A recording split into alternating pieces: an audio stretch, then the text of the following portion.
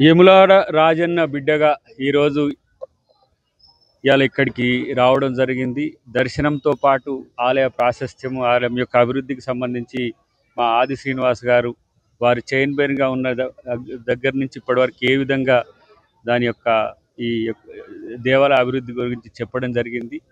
మా ముఖ్యమంత్రి గారు రేవంత్ రెడ్డి గారు కూడా దేవాలయ అభివృద్ధికి నిధులను వెచ్చించడమే కాకుండా ఒక ప్రత్యేక శ్రద్ధతో 4 ఎకరాల్లో విస్తరించబోతున్న ఈ దేవాలయ యొక్క ప్రాశస్త్యం నలుదిక్కులా ఈరోజు విస్తరించాలని మేము అందరం కోరుకుంటాం. మేము కూడా చేదోడు వాదోడుగా వారికి ఉంటామని చెప్పి తెలియజేస్తూ, ఈ పురాతన సనాతన హిందూ ధర్మాన్ని కాపాడేందుకు తెలంగాణ ప్రభుత్వం రేవంత్ రెడ్డి గారు ఈరోజు సుముఖంగా ఉండడమే కాకుండా ఆధునిక గోశాలలకు ఈరోజు పెద్ద ఎత్తున తను అనుమతులు ఇవ్వడమే కాకుండా నిజమైన హిందూ తత్వాన్ని తెలంగాణలో తద్వారా ఈ దేశంలో పాదుకొల్పేందుకు వారు చేస్తున్న కృషికి మేమందరం కూడా సహకరిస్తాం. ప్రత్యేకించి మన హిందూ ధర్మం యొక్క ఆధ్యాత్మికత ప్రాశస్త్యాన్ని ప్రపంచం నలుదిక్కులా ఈరోజు గుర్తుపడుతున్న క్రమంలో ఇలాంటి పురాతన దేవాలయాలు ఈరోజు వాటికి సాక్ష్యాలుగా ఉన్న పరిస్థితి. వీటిని పరిరక్షించుకోవడంతో పాటు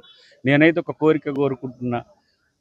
ఈరోజు వేములాడ రాజన్న ఒక తిరుపతితో పోటీగా, ఒక భద్రాచలంతో పోటీగా అనేదానికంటే ధీటుగా ఎదగాలని నేను కోరుకుంటున్నాను. ఎందుకంటే ఒక సామాన్యులకు దేవుడిగా ఈరోజు అందరికీ అందుబాటులో ఉండే దేవుడిగా అందరికీ అభయమిచ్చి భరోసా ఇచ్చే దేవాలయ విస్తృతి మరింత పెద్దగా జరగాలని చెప్పి వారిని కోరుకుంటున్నాను.